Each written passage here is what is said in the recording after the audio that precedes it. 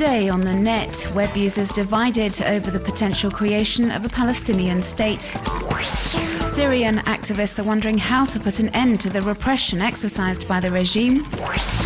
And Twitter users have been celebrating the birthday of a Harry Potter character.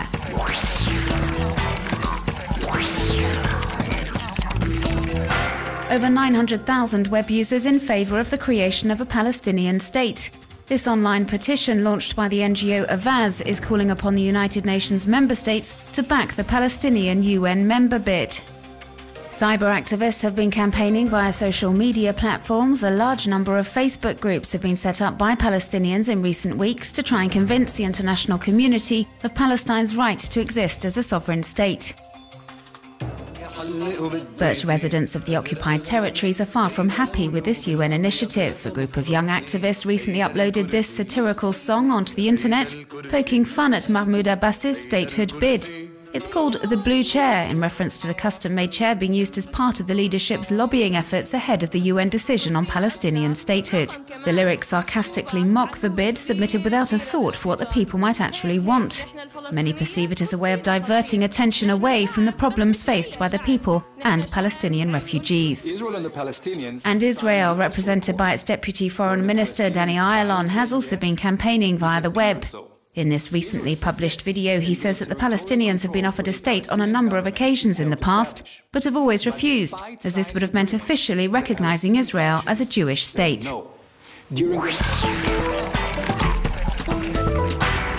What can be done in Syria to put an end to the brutal crackdown on protesters exercised by the Bashar al-Assad regime? 6 months into the Syrian uprising, and the repression continues. For Robin Yassin Kassab, there are only two possible outcomes. Either the regime goes or the people do. And he's convinced that the protesters will end up victorious. Not even the barbaric acts of violence inflicted by forces loyal to President al-Assad have stopped them fighting for what they believe in.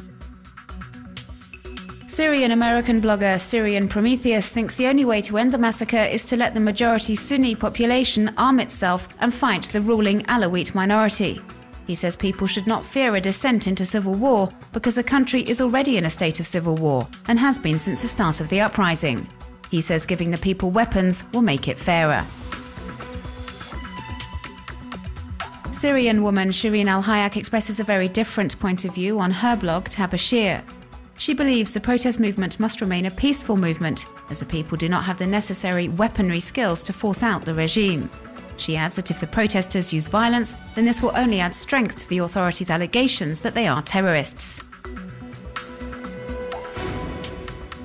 And despite the brutal repression, there are several signs pointing to a rebel victory. More and more amateur footage is emerging online, appearing to show soldiers defecting to the opposition. The videos are difficult to verify, but do suggest that the regime could well end up crumbling. British daily The Guardian has set up this interactive map to track the number of Americans living in poverty.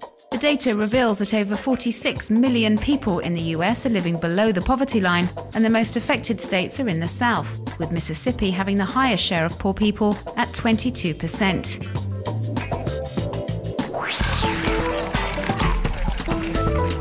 As of this morning, the most popular trending term on Twitter has been Happy Birthday Hermione. From the US to Australia and the United Kingdom, web users the world over have been wishing Harry Potter heroine Hermione Granger a very happy birthday. Played by the actress Emma Watson in the film series, if the witch actually existed, she'd be celebrating her 32nd birthday today. The high number of tweets proves that although the Harry Potter saga has come to an end, the magic lives on for millions of fans across the globe.